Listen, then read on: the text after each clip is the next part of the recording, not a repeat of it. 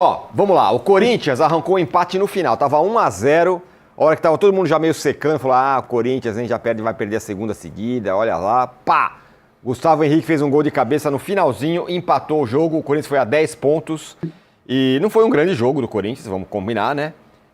Mas voltou lá da altitude de Bogotá com um ponto bem precioso. O Hugo Souza, um dos destaques da partida, teve que fazer várias defesas.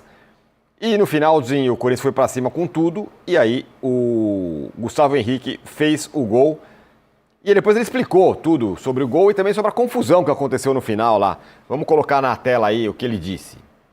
Quer dizer, vamos mostrar, a gente vai mostrando os gols, então enquanto a gente mostra os gols, a gente dá o nosso pitaco inicial. E aí, Casão? 1-1. Então, o Corinthians não fez uma boa partida, não jogou bem. O Corinthians não jogou bem, principalmente no segundo tempo, né? É, eu acho assim, o Dieguinho sempre muda a cara do Corinthians quando ele entra, né? Contra o Mirassol, o Corinthians quase chegou ao empate, porque o Dieguinho entrou, colocou fogo no jogo, fez um gol. Ontem foi a mesma coisa, ele entra no jogo, ele chuta de longa distância, ele parte para cima, ele é ousado, é um garoto de personalidade, muita técnica, chuta muito bem e é ousado. Na minha visão, tem que ser titular do time. Ele é muito agressivo, muito criativo. Tem que ser titular do time, né, na minha visão. O time fica melhor. Mas o Corinthians ainda não se encontrou como rendimento, até como resultado no geral, porque eu não estou vendo só Libertadores. Para mim, existe o brasileiro, entendeu? E no brasileiro está na zona de rebaixamento. Então eu não sou aquele corintiano que fica só no recorte bom e finge que não existe o brasileiro, sabe? Tá fingindo que não existe. Existe, a coisa tá ruim, o time joga mal pra cacete no brasileiro e ontem fez um futebol parecido com o que vem fazendo no Campeonato Brasileiro. Qual é a partida boa que o Corinthians fez no ano? Quais são boas mesmo que você pode destacar? A final da Supercopa com o Flamengo e o jogo contra o Peñarol, que o Corinthians jogou muito bem.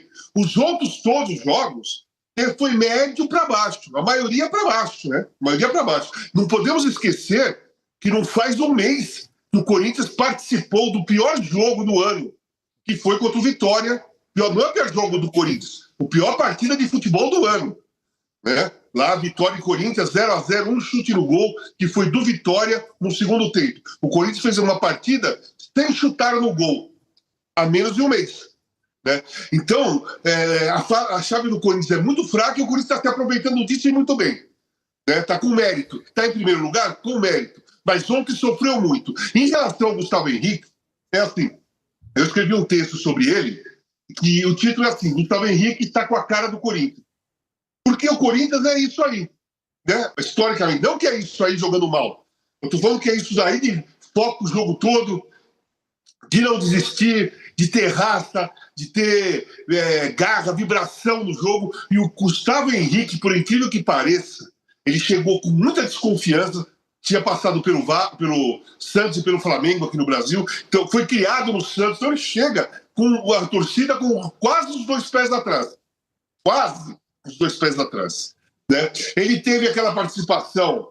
Como que ele foi conquistando a torcida?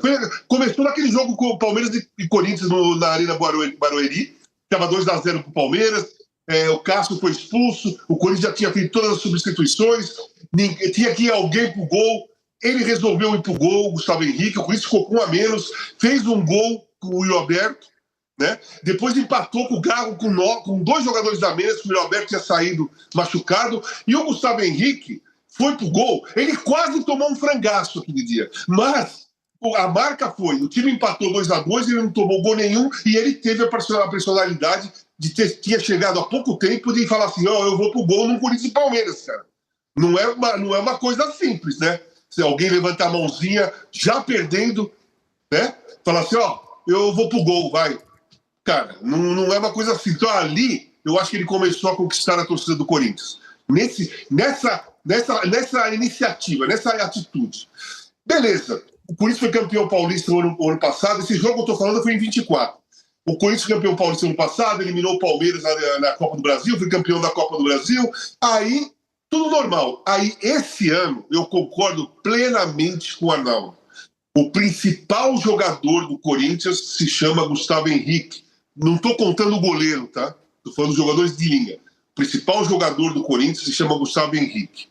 E não é só porque ele está fazendo gol. Não é porque ele fez um golaço ontem nos acréscimos e empatou um jogo que estava perdido. Não é por causa disso. É porque ele está sendo uma referência defensiva, de liderança na defesa. Ele é um líder da defesa. Ele comanda a defesa do Corinthians. E ele também está sendo uma liderança de grupo, né? Liderança de elenco. Tudo passa pelo Gustavo Henrique. O Gustavo Henrique está sempre dando a entrevista, ele põe a cara para bater, ele em campo, às vezes se exalta um pouco mais, ele tem que se conter um pouco para não correr risco de ser expulso, mas o comportamento dele dentro do campo está sendo de capitão de time e de liderança de elenco, né? Então, para mim, o principal jogador do Corinthians do ano é o Gustavo Henrique. Olha que golaço, cara. Olha que golaço. Pô, o cara cabeceou perfeitamente a bola e colocou na gaveta onde ele quis, olha lá. Ele direcionou a bola para aquele lugar. E a bola foi na gaveta. E aí eu falo para vocês, para que colocar o Pedro Raul no jogo? Ele entrou no final. Então, coloca um zagueiro e manda o Gustavo Henrique para centroavante. É isso. Quando o time tá perdendo. Cabeçada lembrou. Por tamanho. Lembrou cabeçada não é por sua. Tamanho. Então, não é por tamanho. O Pedro Raul não entra quando o time tá perdendo para fazer jogada aérea. Não é para isso. O Pedro Raul entra para isso. Mais nada, né? Isso. Mais nada. Aí o Pedro Raul tá lá dentro da área. Cruzam, ele não ganha uma. Aí o Gustavo Henrique vai lá e pumba, faz o gol de cabeça, como vem fazendo o tempo todo. Então é uma substituição que o Felipe Luiz, o Fernando Diniz, que gosta de fazer. Fernando Diniz, que gosta de fazer umas alterações diferentes, ele pode pensar nesse plano que eu estou falando. Faltando 5 minutos, tá perdendo por 1-0, ao invés de colocar um centroavante alto, coloca um zagueiro e manda o Gustavo Henrique lá para frente. Ele é muito mais decisivo do que o Pedro Raul. Procura no YouTube aí, gols de cabeça do Casagrande, que você vai ver um monte de gol assim do Casagrande. Gol de cabeça igual esse do Gustavo Henrique. Fala, Júlio.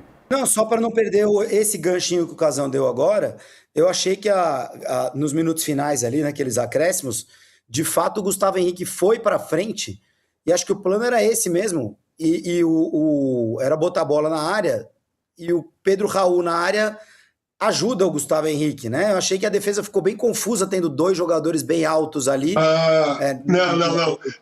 Não, Júlio, sabe por que não dá certo? Vou te falar por que não dá certo. Porque quando você tem 2 jogadores altos para dentro da área, eles ocupam o mesmo espaço. Os 2 vão na bola. Os 2 estão lá para pular de cabeça. Então, quando tem um cruzamento, você só fica focado aonde está indo a bola para você ir na direção dela para cabecear. Então, acaba tumultuando o local. Porque foi só essa que saiu a jogada que o Gustavo Henrique cabeceou. Já tinham feito diversos cruzamentos e o Gustavo Henrique e o Pedro Raul, principalmente o Pedro Raul, ele vinha andando de costas, olhando para a bola e quase trombava com o Gustavo Henrique que estava atrás. Aquela jogada do gol foi a única que ele estava um pouco para frente, que a bola foi alta e forte, que ele viu que ele estava fora da jogada.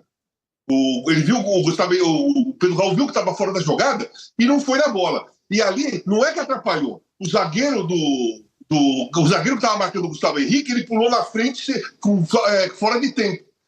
O Gustavo Henrique pulou por trás dele no tempo certo, com uma altura maior. A bola foi alta de propósito. O Mateuzinho cruzou alta de propósito, porque o Gustavo Henrique alcança a altitude, né, onde foi a bola, como o Pedro Raul também alcançaria.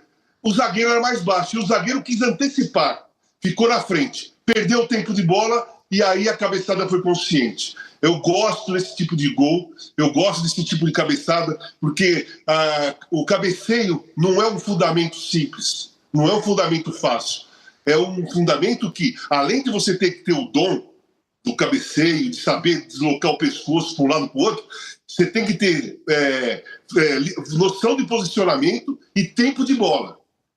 E aí você consegue, quem fica com os olhos abertos por mais tempo na jogada aérea, você consegue colocar a bola onde você quer. Porque a última visão que você tem é onde você vai colocar a bola. E aí, quando cabeceia, os olhos fecham. Não tem como ficar de olho aberto com a bola batendo na cabeça. É proteção natural do corpo. O olho fecha. né? Ele dá aquela fechada. Muito Então bem. você tem que ter aquele olhar antes. E o Gustavo Henrique tem. Vamos colocar na tela aí as palavras do Gustavo Henrique sobre o jogo, sobre o gol e sobre a confusão que aconteceu no final. Olha aí. Ele disse: fico muito feliz pelo momento, oportunidade de vestir essa camisa, participar de um torneio grande. Sempre é meu objetivo ajudar da melhor forma. Sabíamos que seria um jogo difícil de levar um ponto de volta para o Brasil. E sobre a confusão que teve no final, ele falou: não consegui ver o que aconteceu, só vi o pessoal ir em cima do Hugo e nossa equipe correu para se proteger. Acredito que eles estavam com a cabeça quente porque tomaram o gol. Os dedos foram lá em cima e nos protegemos o máximo para evitar confusão. E aí, Arnaldo, o melhor jogador do time, é isso? Sim, acho que o Casão já descreveu os motivos todos, né? Eu acho que ele é o jogador mais regular, né? O ano passado talvez tenha sido ora o Memphis, ora o Yuri Alberto, o Garro agora conseguiu uma boa sequência com o Fernando Diniz, embora ontem não tenha jogado bem. E ele é o mais estável, né? Teve a troca do companheiro de defesa, ora o André Ramalho, ora o Gabriel, mas ele é o mais estável, o mais regular. E além de tudo tem feito gols importantes. Essa situação que o Casão descreveu, ela pode acontecer outras vezes, ele na área, num desespero para empatar o jogo, até porque muitas vezes o Diniz faz outra troca nos times que ele comanda. Quando ele está perdendo, normalmente ele tira o zagueiro e coloca ou um volante ou um meia para iniciar a jogada, joga com um zagueiro só. Muitas vezes ele faz isso, né? Então pode até o Gustavo Henrique ocupar outra posição. O que me chamou a atenção ontem, eu sinceramente esperava um Corinthians mais mesclado, foi o Diniz ter colocado todos, time titular inteiro. O El Campín é um campo, além da altitude, é um campo pesado, né? E ele, naquela toada dinizista da repetição, ele repetiu o time, né? O Corinthians foi mais titular no El Campín do que em Mirassol, até pelas suspensões, né? E agora tem essa sequência, eu tenho o clássico domingo com o São Paulo, eu imagino que o Diniz esteja pensando em dar um respiro no jogo de volta da Copa do Brasil contra o Barra, pós-clássico, porque o Corinthians já venceu na ida por 1-0. E essa maratona, agora faltam 7 jogos em 21 dias para o Corinthians. Todo mundo está em 3 competições, é essa toada de 3 frentes. E o Corinthians está bem nas 2 Copas, né? No Brasileiro, é como disse o Casão, o Corinthians está devendo. Então esse cenário, se não vem um empate lá, todo mundo ia ficar pensando, putz, usou todos os titulares, perdeu e está na zona de rebaixamento no Brasileiro, e tem clássico domingo. Mas um gol é precioso, né? Um pontinho muda toda a vibe, né? Então o Corinthians vem agora, o São Paulo ainda vai jogar no Chile, ainda vai voltar, tá? Então o Corinthians nesse aspecto, no domingo deve estar mais inteiro, né? Achei ontem que todos do meio de campo foram abaixo. Também